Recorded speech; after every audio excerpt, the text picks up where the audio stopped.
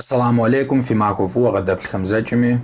Вы снова на канале Черкасиан Медиа. Мы продолжаем нашу работу.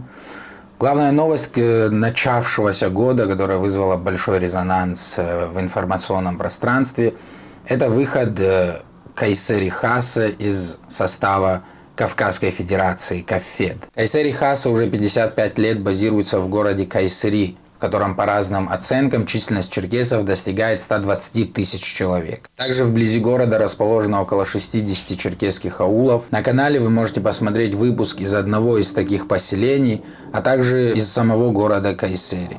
То есть Кайсери Хаса — это не только одна из старейших организаций черкесов в Турции, а также расположена в одном из районов многочисленного проживания черкесов. Кафед же, в свою очередь, это объединение кавказских организаций, основанное в 1952 году. И в это объединение входит около 50 черкесских организаций, которое якобы представляет интересы черкесов, проживающих в Турции. Несмотря на пассивность этой организации в ряде важнейших для черкесов вопросов, эта федерация оставалась на плаву благодаря нескольким крупным организациям, входящим в эту федерацию, и Кайсери Хаса как раз одна из таких. Как говорят сами члены Кайсери Хаса, последние 10 лет были попытки направить огромную структуру, основу которой составляют черкесы, в прочеркесское русло. Однако эти попытки не увенчались успехом. И даже при том, что последние 2 года руководили Кафед именно группа из Кайсери во главе с Шауджан Умид. Не выставив своего кандидата повторно на выборах, которые прошли в ноябре прошлого года, Кайсери Хаса объявила о голосовании о выходе из состава Кавказской Федерации, публично обвинив последних в античеркесской деятельности. В обвинениях прозвучала безучастность Кафед в ситуациях с отменой обязательного изучения родных языков в школах на родине, о нежелании сохранять антивоенную позицию, коррупционных схемах и препятствовании проведению реформ, дабы сохранить существующую конструкцию. А самое главное, всех несогласных причисляют к радикалам и к экстремистам. Главным камнем преткновения названо нежелание этих групп, которые хотят сохранить существующие конструкции, выходить из состава Международной черкесской ассоциации, которая названа античеркесской, неспособной даже писать формальные письма в интересах черкесского народа, не говоря уже о реальных действиях и шагах, а также убежденность в том, что Международная черкесская ассоциация непосредственно влияет на принятие решений в самой структуре Кафед. По итогам голосования из 340 делегатов 300 человек проголосовали за выход из Кавказской Федерации. Делает ли это членов Кайсери Хаса радикалами? Конечно же нет. В своем публичном обращении, опубликованном на черкесском и турецком языках, руководители выразили мнение о необходимости открытого диалога с Россией, имея при этом возможность взаимодействия с Родиной и высказывания своих позиций, которые касаются волнующих народ вопросов. В комментариях для нашей редакции члены Кайсери Хаса подчеркнули, что подобное взаимодействие возможно только оставаясь в рамках правового поля и в частности правового поля Российской Федерации. Наши мысли о настоящем и будущем черкесского народа. Мы выражаем готовность к взаимодействию со всеми институтами, находящимися на родине, в сфере сохранения языка, культуры, спорта, экономической сфере и других. Сказано в заявлении, опубликованном на официальном сайте организации. Понятно, что на фоне активности центристских групп, которых объективно нельзя обвинить в радикализме, на родине будут имитировать бурную деятельность, а где-то идти на реальные уступки. И все те, кто патриотично настроен и работают во благо народа, должны максимально пользоваться подобной ситуацией, а не бесконечно рассуждать об антироссийских заговорах и обвинять в этих заговорах всех тех, кто пытается вести хоть какую-то работу во благо своего народа, исходя из своего видения того, как это можно делать. No! What are you waiting for? Do it!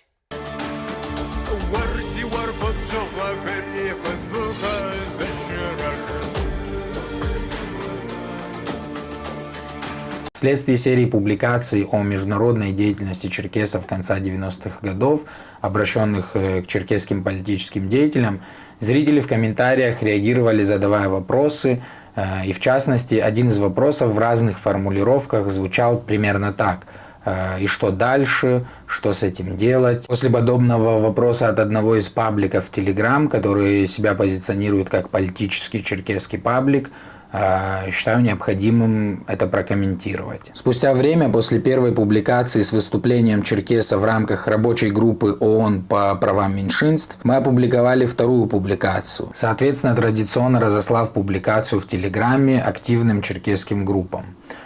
После чего мы получили вопрос, по структуре которого мы делаем вывод, что админ данного телеграм-канала позиционирует себя именно тем, к кому мы обращаемся в заголовке текста, к политическим черкесским деятелям. Вопрос, что нам делать с этой информацией, и второй вопрос, зачем нам дублировать, то есть повторно публиковать один и тот же текст. В связи с этим, прежде чем говорить о том, как можно использовать эту информацию, а для этого нужен отдельный глубокий анализ и тех, кто непосредственно занимается черкесским вопросом, для того, чтобы понимать, как использовать эту информацию, мы поговорим сейчас о более простых вещах. Мне кажется, что эти простые вещи обычно не могут принять по нескольким причинам. Первая причина, на мой взгляд, это высокомерие или завышенная самооценка. Вторая причина – это необразованность. А третья причина – это симбиоз и того, и другого. Скажи мне, Чудра, кто больше знает, дурак или мудрец? Дурак. Мудрец во всем сомневается. Хорошо быть дураком, Чудра. Итак, был задан вопрос, зачем публиковать повтор. Во-первых, в заголовке текста написано «дополнительная информация», что само по себе подразумевает, что это дополнение к предыдущему тексту. Во-вторых, если читать первый абзац, сразу понятно, что это две совершенно разные площадки.